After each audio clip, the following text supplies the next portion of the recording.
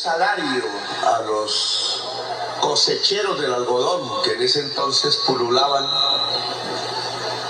Oía a mis tíos hablar sobre la gran toma de tierras que desarrollaba el campesinado del departamento de Córdoba y del departamento de Sucre. Pensaban que iba a haber una revolución, me decían ellos. Yo no la sentía en Bogotá, en las tierras frías, pero aquí era palpable. Años 70, años 71, cuando se creó la Alianza Nacional de Usuarios Campesinos, la asociación, la ANUC, cuando se creó un enorme movimiento campesino que salía a las carreteras por decenas de miles a exigir la reforma agraria que había intentado construir Carlos Lleras Restrepo, que venía de una larga discusión por allá en el año 48, que Gaitán levantó esa bandera, en el año 36, que el presidente de esa época, Alfonso López Pumarejo, trató de volver realidad a través de la reforma constitucional a la Constitución de 1886. Y más atrás aún, prácticamente los 2 siglos de la historia republicana de Colombia han estado cruzados por la demanda sobre la tierra. Tierra que era de los indígenas antes que llegaran los españoles. Tierra que los indígenas no veían como propiedad privada, sino como la tierra madre de la vida, de la cultura, del desarrollo de todo lo existente. La conquista, la esclavitud cambiaron esa visión de la tierra, y hoy pasamos a la situación en la cual estamos. Una distribución profundamente desigual de la tierra fértil, fundamentalmente en el Magdalena Medio y en la costa caribe colombiana. Estaba mirando las estadísticas del DANE sobre disminución de la pobreza, y específicamente la de la pobreza extrema, la gente más pobre de los pobres. En la pobreza en general hemos tenido éxitos. Más o menos 2,5 millones de personas han salido de la pobreza en los 2 años del gobierno hasta finales del año 2024. Esperamos que sean más este año y más el año entrante. Ya no nos queda sino 1 año exactos.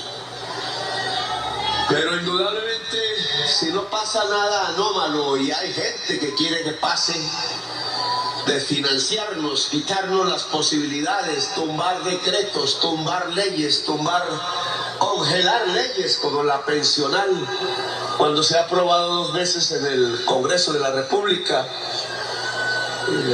Hablar de fuera y fuera y fuera, como si fuera delito el haber planteado una reforma agraria de nuevo en Colombia, como si fuera delito el que hubiera una pensión universal para las personas, como si fuera delito el que el trabajador y la trabajadora tuvieran un salario más digno, como si fuera delito defender el territorio, etc.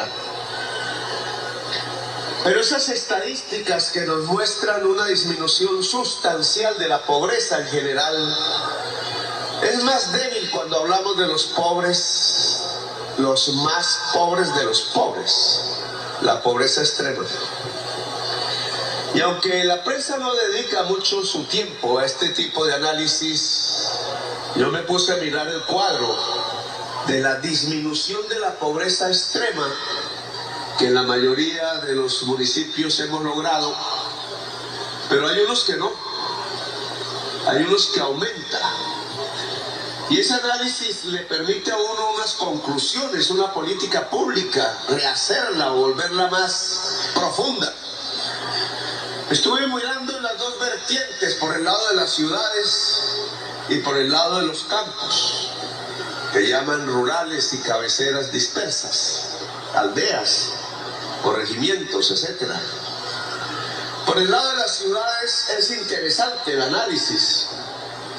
Aquí poco importa, porque no estamos precisamente en una gran ciudad, pero es importante comunicarlo a la opinión pública. La ciudad que más rápido, que más profundamente hace caer la pobreza extrema se llama Bogotá, la capital precisamente. Se desató un debate por ese hecho, que quién es el que logra ese resultado, si el alcalde o la presidencia. Para mí todas son las culpas. Cuando se habla de pobreza multidimensional, en general la labor es del alcalde. Tiene que ver con la pavimentación de las calles, tiene que ver con los servicios públicos que son municipales, etc. Pero cuando se habla de la pobreza económica, la responsabilidad del gobierno nacional. Y entonces aquí levantamos una bandera de victoria, porque si uno observa, si se divide, y discúlpenme en estas matemáticas, ahora me critican que haga matemáticas en los discursos, pero si cogemos el 100% de la población y la dividimos en 5 grupos iguales de población, que da de a 20 cada grupo, si la población fuese 100, se le llama quintiles. Quintil 1, ese quinto por ciento más pobre, quintil 2 menos pobre, quintil 3 más o menos clase media, trabajadores más bien, asalariados, quintil 4, ahí sí, algo de clase media, quintil 5, los más ricos. No los ricos de los ricos, esos ni viven en Colombia. Ya a través de los medios de comunicación ayer nos expresaron que prefieren repetir los editoriales del Perú que defender a Colombia. Son apátridas. No lo podía creer. Yo dije, pues hasta el odio, hasta Petro lo entiendo, porque no soy de su club. Pero de ahí el odio a Colombia, a que defienda su territorio. Y entonces ponen a hablar la voz oficial del Perú, que obviamente no está de acuerdo con lo que decimos, como si fuera la voz oficial del periodismo colombiano. Ahora sí entiendo por qué perdimos a Panamá. No me había dado cuenta, pero es por eso. Ahora sí entiendo por qué perdimos los monjes y por qué perdimos buena parte de la selva amazónica hacia el Brasil y hacia el mismo Perú y el Ecuador, etc.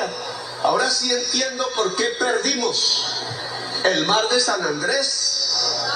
Fue este gobierno el que detuvo la pérdida del mar de San Andrés. Tocó casi un siglo, más de un siglo, 2 siglos de vida republicana perdiendo territorio.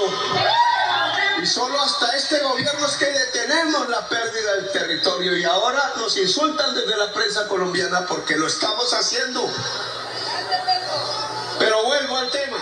5 quintiles de población numéricamente igual en cada uno, de pobre a rica. Quintil más rico es el 20% de la población total más rica. Es decir, ahí está prácticamente toda la clase media alta y otra. Bien, ¿cómo crecieron los ingresos en estos 2 años? El primer quintil, el más pobre, crecieron los ingresos 2.9% real anual. El siguiente, el 2, que es de población pobre, 5.6% real anual. El siguiente, algo así como 5.8, 3, el 4, 5, es decir, el 2, el 3 y el 4, la mayor parte de la población en el medio y en la pobreza, pero no extrema, crecieron 2 veces más sus ingresos reales que la población más pobre de los pobres. Los ricos crecieron 3.5, menos que los trabajadores, menos que la población pobre, no tan pobre, vulnerable le llaman, menos que la población pobre, excepto los de la extrema pobreza.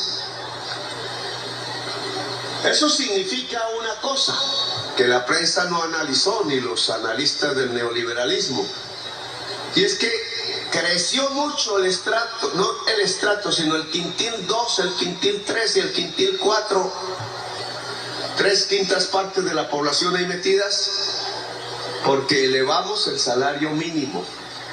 y porque mejoramos las condiciones salariales del pueblo colombiano y porque conquistamos la tasa de desempleo más baja de la historia. Y eso redundó en que disminuimos la pobreza al nivel más bajo también de la historia estadística. Miren esas medallas que nos vamos poniendo, pero que obviamente una parte de la población no reconoce. Bajamos el desempleo como nunca antes en la historia. Bajamos la pobreza como nunca antes en la historia. Yo me enorgullezco de eso y ojalá este año y el año entrante que queda podamos aún tener mejores resultados de los que ya hemos mostrado a finales del 2024. Y creo que sí, por lo que he visto en salud, en la semana 30 que lo vamos a publicar, ¿sabe? Para que ponga atención, porque ya tendríamos un resultado preliminar sobre este año, en lo que va la mitad del año pasado, de la mitad del año presente. Bien, nosotros logramos entonces a través de la política salarial y el crecimiento del salario mínimo hacer crecer los ingresos reales de 3/5 partes de la población, pero no logramos que la extrema pobreza del país, sobre todo rural, pudiera tener la misma velocidad de crecimiento de sus ingresos. Y esto es el tema que hay que analizar. Para la ciudad de Bogotá, le comentaba, pues la mayoría de la población es asalariada. Y los pobres extremos de Bogotá, porque viven en una ciudad conglomerada, densa, pues se benefician de que la gente tenga un mejor salario, porque si venden yuca, si venden papas fritas, si venden dulces, pues el señor asalariado, la señora asalariada les compra más y logra arrastrar más que en cualquier otra parte del país la salida de la pobreza extrema. Por eso Bogotá tiene la tasa de caída de la pobreza extrema más alta de Colombia, por lo menos en las ciudades. La causa, elevar el salario mínimo real y mejorar las condiciones laborales del pueblo trabajador. No es otra. Incluso en los cuadros últimos se corrobora porque un pobre tiene hoy más ingresos para comprar pasajes de Transmilenio que hace un año. Y así se miden las cosas en Bogotá. Es como si hubiéramos establecido de nuevo el subsidio al Transmilenio que le quitaron a la Bogotá humana esa política. Ahora bien, ¿qué pasa con la ciudad que más crece en pobreza extrema? O sea, lo contrario. Adivinen cuál es esa ciudad que más crece en pobreza extrema de todas las ciudades de Colombia. Barranquilla. Miren esa paradoja. Yo diría que Barranquilla está en un pleno proceso de empobrecimiento. Pero para la prensa es la joya de la corona. Porque la maneja un amigo de ellos. Una familia. Y mucha gente de Barranquilla se cree el cuento. Y esto ya es Caribe. La principal ciudad del Caribe. Y esto implica que si Barranquilla y la segunda Riohacha, entonces indudablemente tenemos un problema de empobrecimiento de ciudades caribeñas. No sucede con Mentería, no sucede con Sincelejo, no sucede con Cartagena, no sucede con Santa Marta ni Valledupar. Pero Barranquilla se ha ganado el premio del empobrecimiento en Colombia al elevar la pobreza extrema más que cualquier otra ciudad de Colombia. La mayoría la disminuyeron y ya saben ustedes cuál la disminuyó más y por qué. Eso significa que mientras subimos el salario mínimo, se beneficia más ciudades como Bogotá, como Medellín, como Bucaramanga, que Cali, Barranquilla, que Riohacha. Esas tres ciudades aumentaron la pobreza extrema. Cali, Barranquilla.